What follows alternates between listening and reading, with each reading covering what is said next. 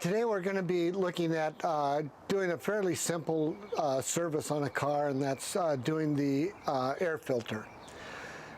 There's some issues relating to doing air filters that you probably should know, but in general this is a fairly simple repair that most anyone should do and could do. Save yourself some money. Probably get it done a little more frequently than if you rely on when you take it into a mechanic for them to tell you, oh, by the way, your air filter needs to be changed. So a couple of things before we get started.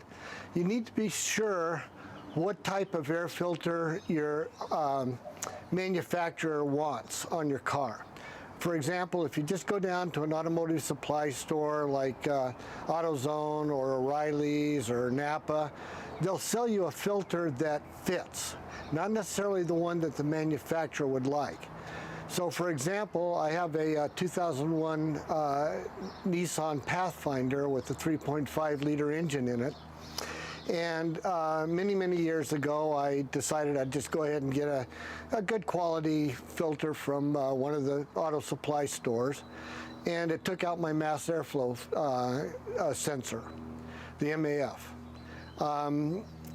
It turns out that Nissan requires a very lightly oiled filter on that particular engine. And if it doesn't get that, then the mass airflow will not function properly after a while. So that was an expensive repair for an air filter. Now other people will tell you that you've got to buy air filter from one of these stores and spray it down with a lot of oil. Well, too much oil is bad as well for any car, whether it requires an oil filter or not, because that will definitely clog up your throttle position sensor and your MAF. So you want to be sure you know what the manufacturer wants as far as the air filter is concerned. As long as you match that in terms of how the air filter is constructed, oiled, not oiled, all that stuff, you're going to be fine. But don't just decide that, oh, it's going to be neat to have an oiled filter and throw an oil filter in a car that doesn't require an oil filter. Also, some of those oil filters that are designed are, quote, supposed to be reusable. You clean them off and you use them again. Those tend to be highly restrictive. And so again, I'm just not a fan of those type of air filters. So be sure you take and understand what it is your car requires. There's a lot of great aftermarket filters that are available out there as long as you match the specs that is given to you by the manufacturer on an aftermarket part. You can do very well by buying those parts. For me, I just decided that for my Pathfinder, it was just worthwhile just to continue to buy the Nissan filter because it has the right type of oil, the right amount of oil, and everything on that one. Most cars do not require or do not spec a oil filter, so most of the time you're going to be just fine by going down to your automotive supply store and getting, you know, whatever filter that they recommend, but get a good one. Don't get the cheapest one. Don't get your $5 filter. Put a little money into it. Get something that's a little better quality. Now, just as an additional aside, as long as we're talking about the air system on a car, please don't get sucked into the idea that if you put one of these fancy cone filters on your car that it's going to run so much better and you're going to have so much more power. First of all, your airflow is being restricted by the size of the tubing that's on your car. And that tubing is very precisely designed by the engineers because of the emissions control requirements that's being given out by the government. And so it's designed to allow the right amount of air in there to get the right mixtures to make sure that your emissions are not getting too high or out of whack, or your engine's not running too lean. So it's only going to pull the amount of air that it's designed to pull. So you can put the biggest air filter in the world on your engine, it's not going to do anything. Now, if you're doing it to make it look good with your friends and neighbors to go, oh, look what a neat air filter system I've got, I guess more power to you, but it's not going to do your car any good. So just stick with what the manufacturer recommends. The car's designed for that, and you're going to have a better life on your engine, you're going to run longer, and you're going to be happier with the way your car performs. Okay, now for most cars, you're going to have a plastic box that holds the air filter. It's going to be plumbed into the tubing that takes the air to your engine. If it's a turbocharged, it'll take it to the turbocharger. This particular engine is an EcoBoost 3.5 liter Ford. This is a Ford Expedition 2015. Again, it's just typical of most air filter replacements, so we're just going to use this as our sample vehicle.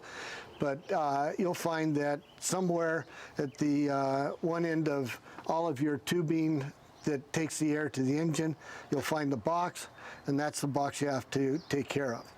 Now on this particular vehicle, it's clipped into place that holds the top of the box, but because of the way it's designed, you do have to remove this flexible boot in order to finish removing the housing.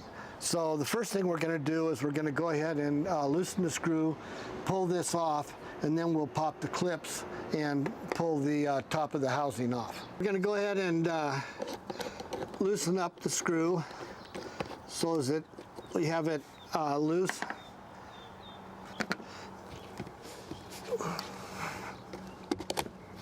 Okay. Then we're going to pop the clips.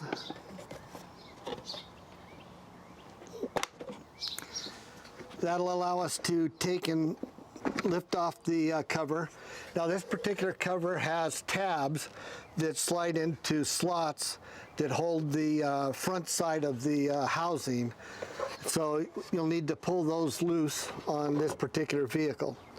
From there, the air filter is easy to get to. You'll notice it has quite a bit of grime and dirt on it, and so this definitely is one that needs to be cleaned. The car will run definitely better with a clean air filter. I have a couple of different philosophies or directions I use on my particular vehicles. One is I like to change the consumables, what's called consumables, fairly regularly, maybe a little more often than I absolutely have to, because it's kind of cheap insurance. But if you really want to just look at your air filter and try and decide whether or not you want to replace it, certainly this one is really, really dirty. It's easy to just see right off the bat that this one has to be replaced. You'll find that people talk about holding it up to the sunlight and looking through it and seeing if you can see anything coming through as a measure.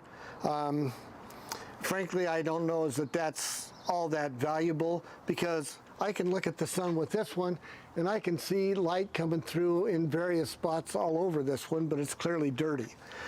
So you may just want to take the philosophy, if it's time to look at your air filter because it hasn't been looked at for a while, you're going to open it up anyway, just replace it. It just isn't that much money. You know, $15 for a good running car, it's well worth it. But if you really want to inspect it, just pull it out, take a look, see if you can see dirt down through the cracks and all over it, and just take a look, and it's pretty easy to tell whether it needs to be replaced or not. So we chose today to use a Wix air filter. That's the filter we're going to use. It's a good quality air filter. You know, there's many others that are very comparable in quality, some maybe even a little bit better. Definitely some that are worse, so get yourself a good quality air filter. From there, it's straightforward. You want to be sure that the orange seal surface is up and it just drops into place. And then you just reverse the procedure. Be sure you get your tabs properly inserted into the slots.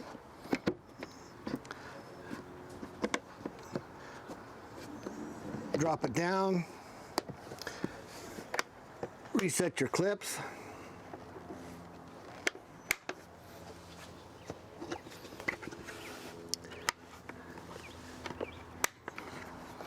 and be sure the hose is all the way snugged up, and go ahead and tighten down the hose clamp.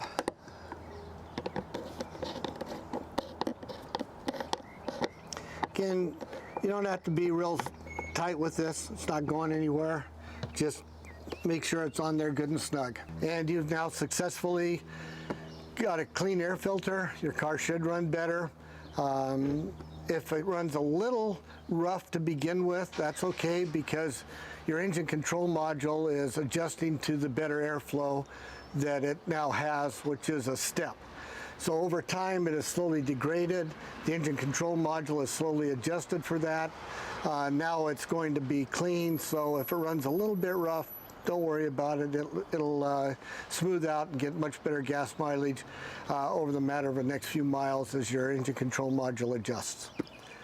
So hopefully you can now do your own air filter and save the money and make sure your car runs better.